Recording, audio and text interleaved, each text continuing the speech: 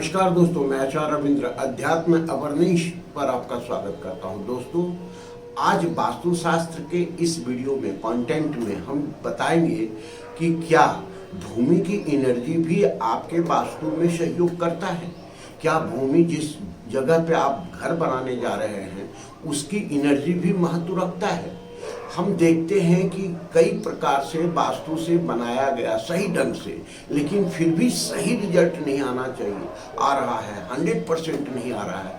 तो जब इसके रिसर्च में आदमी लगता है या लगे तो देखें कि क्या हुआ, क्योंकि उसकी एनर्जी को पहले चेक करते हैं। और एनर्जी जो है, भूमि की एनर्जी 70% इफेक्ट करता है आपके कामयाबी में, विकास में या सफलता में। तो पहले हमें भूमि की एनर्जी पर ही विश्लेषण करना चाहिए, समझना चाहिए और जीवन में फिर उस पे जो है आगे मकान, दुकान, फैक्ट्री बनाना चाहिए। देखिए, एनर्जी का खेल बहुत बड़ा है। आप जानते हैं कि 12 राशियां हैं, 9 ग्रह है, ब्रह्मांड की सारी कॉस्मिक एनर्जियां हैं जो कि आप पर उतर रही है, रश्मियां उतर रही है, और यह एनर्जी के आधार से आपके जीवन में सफलता और असफलता मिलता है। ठीक उसी प्रकार से समझें कि किसी घर में आप जाते हैं तो बहुत अच्छा लगता है, किसी मंदिर में जाते हैं तो बहुत अच्छा लगता है।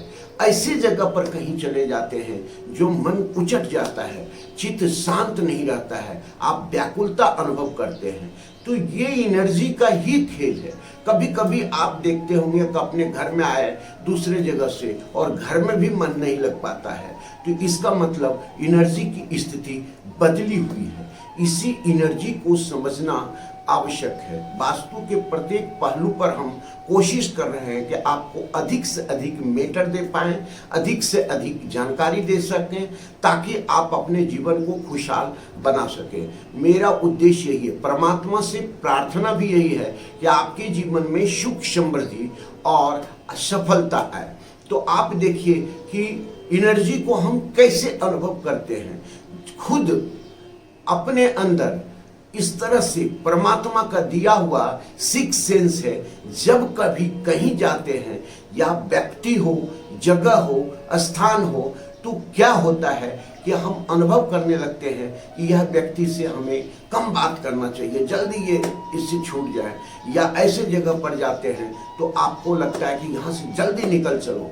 तो क्यों ऐसा होता है? यह एनर्जी का खेल है। एनर्जी इसी को कहते हैं। जो आपको जियोलॉजी एनर्जी होता है, जो ग्राफिक एनर्जी होता है, भूमिगत एनर्जी होती है, ब्रह्मांड की एनर्जी से जब उसका समावेश होता है तो अच्छा और या बुरा जो है सो एनर्जी को डेवलप करता है। इसी चीज को समझना आवश्यक है। देखिए, इसके संबंध में हम आपको और आगे भी बताएंगे वीडियो के लास्ट तक में कि करना क्या है, एनर्जी को कैसे पॉजिटिव करें, इस पर भी डिस्कस करें।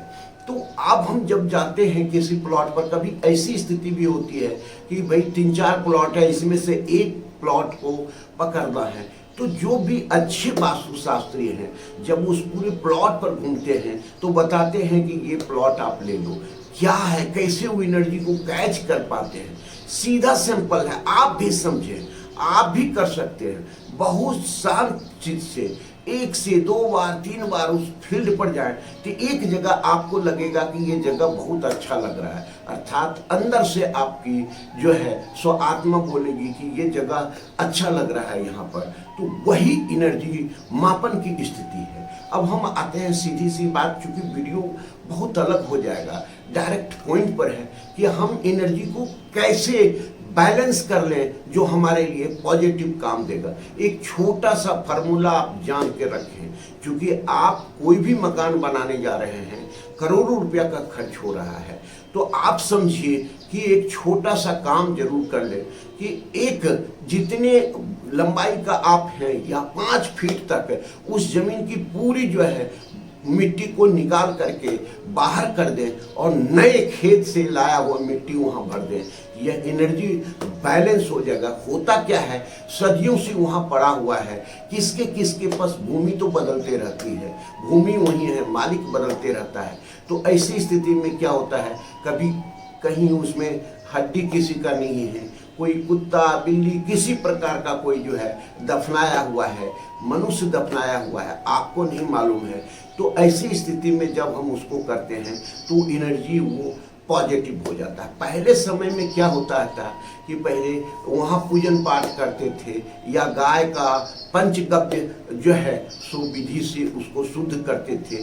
तो ये स्थिति आपको भी अभी भी करना चाहिए कि जब भी, अच्छा देखिए इस चीज को समझिए, एक शुभ मुहूर्त में घर बनाने वाला हम देखते हैं कि एक साथ में कई घर प्रारंभ होता है, लेकिन कोई बहुत जल्दी पूरा हो जाता है और कभी कोई बहुत डिस्टर्ब होता है। तो ये पूरी जो खेल है ये एनर्जी का होता है, रुक रुक करके काम होता है। तो ये क्या होता है, आपने शुभ मुहूर्त में प्रारंभ नहीं किया, कॉस्मिक एनर्जी, ब्रह्मांड के ग्रह नक्षत्रों की एनर्जी और आपकी भूमि का एनर्जी के और व्यक्तिगत आपकी एनर्जी का तालमेल सही नहीं हो पाया, इसके चलते जो है डिस्टर्बेंस हो रहा है। तो ध्यान से आप क्यों करवाते हैं, भूमि पूजन क्यों करवाते हैं, वास्तु जो विधान है कि वास्तु से पहले गृह प्रवेश के लिए वास्तु मंडल का पूजन इत्यादि होता है, अभी भी लोग करते हैं। क्यों होता है, उसकी एनर्जी को एनहांस करने के लिए। जब उसमें आप रहने आए तो आपको किसी प्रकार की विघ्नता नहीं हो, आप एनर्जी को और अच्छे ढंग से समझ सकते हैं। पूर्णिमा के दिन ही ज्वार भाटा क्यों आता है, ये सारी एनर्जी का खेल है, साइंस के आधार से आपको बता रहे हैं। तो ऐसा जो होता है ये सब एनर्जी का खेल होता है। आप समझिए कि सूर्य ग्रहण, चंद्र ग्रहण क्यों लगता है, उसमें बहुत सारे कार्य को वर्जित क्यों किया जाता है, देवता अस्त हो जाते हैं, देवता जागृत हो जाते हैं, क्यों होता है, इसी चीज को समझिए। सूर्य उत्तरायण होता है, दक्षिणायन होता है, ये क्या खेल है, ये सब एनर्जी का खेल है। और एनर्जी को बारीकी से समझना आवश्यक है, क्योंकि 70% आपका वास्तु निर्भर करेगा आपके उस एनर्जी पर, भूमिगत एनर्जी पर, भूमि की एनर्जी पर, मुहूर्त की एनर्जी पर, आपकी एनर्जी पर, अच्छे ब्रह्मांड की स्थिति पर निर्भर करता है। एक छोटी सी कहानी है कि वेद व्यास का जन्म कैसे हुआ था, आपको मालूम है। जब पराशर ऋषि कोई एक नदी टप रहे थे, नदी टपाने वाली जो नाविका थी वह मछली की जो है गंध उससे आता था, फिर भी पराशर जी बोले उस लड़की से कि हे देवी तुम सहयोग करो, क्योंकि कोई भी सृष्टि बिना सहयोग का संभव नहीं है।